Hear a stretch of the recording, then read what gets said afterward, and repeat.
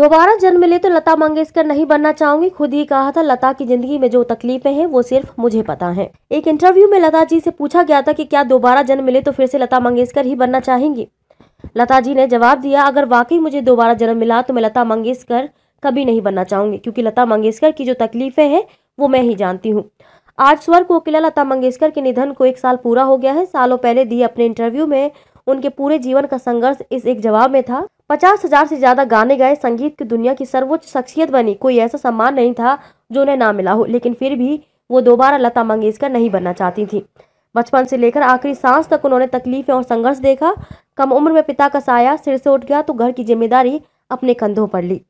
चंद पैसे बचाने के लिए वो मीलों दूर तक पैदल चलकर रिकॉर्डिंग स्टूडियो जाती थी, ताकि जो पैसे बचे उससे सब्जी तरकारी का इंतजाम हो जाए। ऐसे अनेकों किस्से हैं जो उनकी जिंदगी में मुश्किलों को दिखाते हैं, साथ ही ये भी दिखाते हैं कि हर बार किस जीवटता के साथ उन्होंने उन परेशानियों को हराया। आज लता जी की पहली पुण्यतिथि पर चलिए जानते हैं उनकी जिंदगी के कुछ अहम किस्से। लता दीदी का पहले नाम हेमा था। बाद में उनके पिता ने अपने नाटक भाव बंधन की लीड फीमेल कैरेक्टर लतिका से प्रभावित होकर उनका नाम लता रख दिया।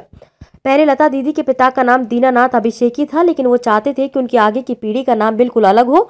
उनके पुरखों के गांव का नाम मंगेशी था और कुलदेवता का नाम मंगेश। इस तरह उन्होंने अपना सरनेम मंगेशकर रख लिया। लता दीदी के पिता संगीतकार थे, इसी वजह से घर में हर समय संगीत का माहौल रहता था। लोग उनसे संगीत सीखने आते थे। नाटकों के गानों की दिन भर रिहर्सल होती थी। लता दीदी भी संगीत सुना करती थी, लेकिन वो पिता के सामने नहीं गाती थी। जब उनकी माँ किचन में खाना बनाती थी तो वो इनके सामने गीत गाती थी। इस पर उनकी माँ उन्हें डांट कर भगा देती थी। एक दिन दीनानाथ घर पर किसी को संगीत सिखा रहे थे, तभी अचानक उन्हें किसी काम की वजह से घर से बाहर जाना पड़ा। जाते वक्त उन्होंने उस संगीत सीखने आए शख्स से कहा, मैं थोड़ी देर में आता हूँ, तब तक तुम रियाज करो। ये सारी बातें गैलरी में खड़ी 5 साल की लता दीदी सुन रही थी। दीनानाथ के चले जाने के बाद उस शख्स ने रियाज शुरू किया, लेकिन गलत सुर के साथ। इस पर लता दीदी ने उन्हें टोक दिया और गाकर बताया कि ऐसे गाओ। लता दीदी को इस बात का अंदाजा नहीं था कि पीछे खड़े होकर उनके पिता सुन रहे हैं। पिता को देखते ही वो माँ के पास किचन में भाग गई। इस घटना के बाद दीनानाथ ने उन्हें 6 बजे उठकर ही संगीत सिखाना शुरू कर दिया।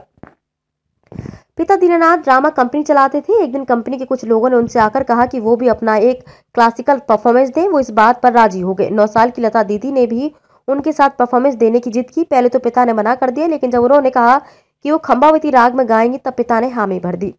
फिर उसी शाम वो अपने पिता के साथ परफॉर्मेंस देने गई। पहले लता दीदी ने परफॉर्मेंस दी, जिन्हें लोगों ने बहुत सराहा। उनके बाद दीनानाथ ने परफॉर्मेंस दी।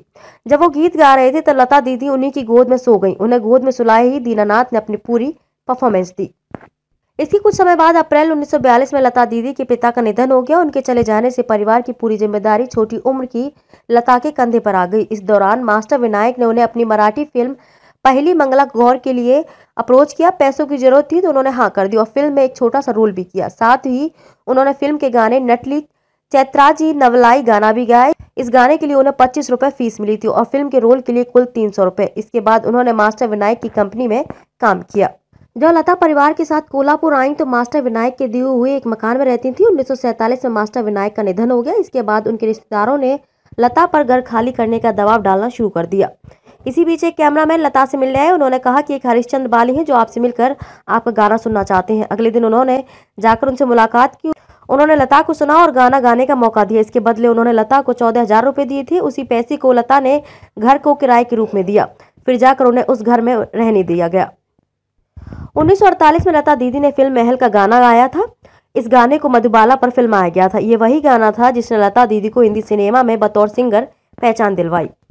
करियर के शुरुआती दिनों में लता दीदी घर से रिकॉर्डिंग स्टूडियो पैदल जाती थी। गानों की रिकॉर्डिंग करने के बाद वो खाली टाइम में भी रिकॉर्डिंग स्टूडियो में बैठी रहती थी। दिन भर बिना कुछ खाए वो पूरे दिन गुजारती थी। वजह ये भी थी कि उन्हें पता ही नहीं था कि रिकॉर्डिंग स्टूडियो में भी कैंटीन होता है। दूसरी वजह ये भी थी कि उनके पास पैसे कम होते थे। उनके पास 1 या 2 रुपए होते थे, इसलिए घर से वो भी स्टूडियो पैदल आती थी। इसलिए घर से भी वो स्टूडियो पैदल जाती ताकि उन बचे हुए पैसों से वो घर वालों के लिए सब्जी खरीद सके।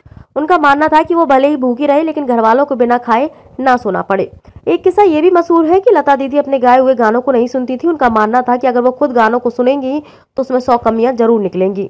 लता मंगेशकर को करियर का पहला फिल्म फेयर अवार्ड 1958 की फिल्म मधुमती के गाने आजा रे परदेसी के लिए मिला था। इस गाने की सलील चौधरी ने कंपोज किया था। उन्हें दूसरा फिल्म फेयर मिला था कहीं दीप जले कहीं दिल के लिए, जो उन्होंने फिल्म 20 साल बाद के लिए गाया था। पिता के निधन के बाद घर पर सभी जिम्मेदारियां लता दीदी के कंधे पर आ गई थी, जिस वजह से उन्होंने फिल्म में बतौर एक्टर और सिंगर काम करना शुरू कर दिया। इस वजह से उन्हें क्लासिकल संगीत का रियाज करने का पर्याप्त समय नहीं मिलता था। इस वजह से क्लासिकल संगीत उनसे पूरी तरह छूट गया। करियर की ऊंचाई पर पहुंचने के बाद भी उन्हें इस बात का मलाल रहा कि वो एक क्लासिकल सिंगर नहीं बन सकी।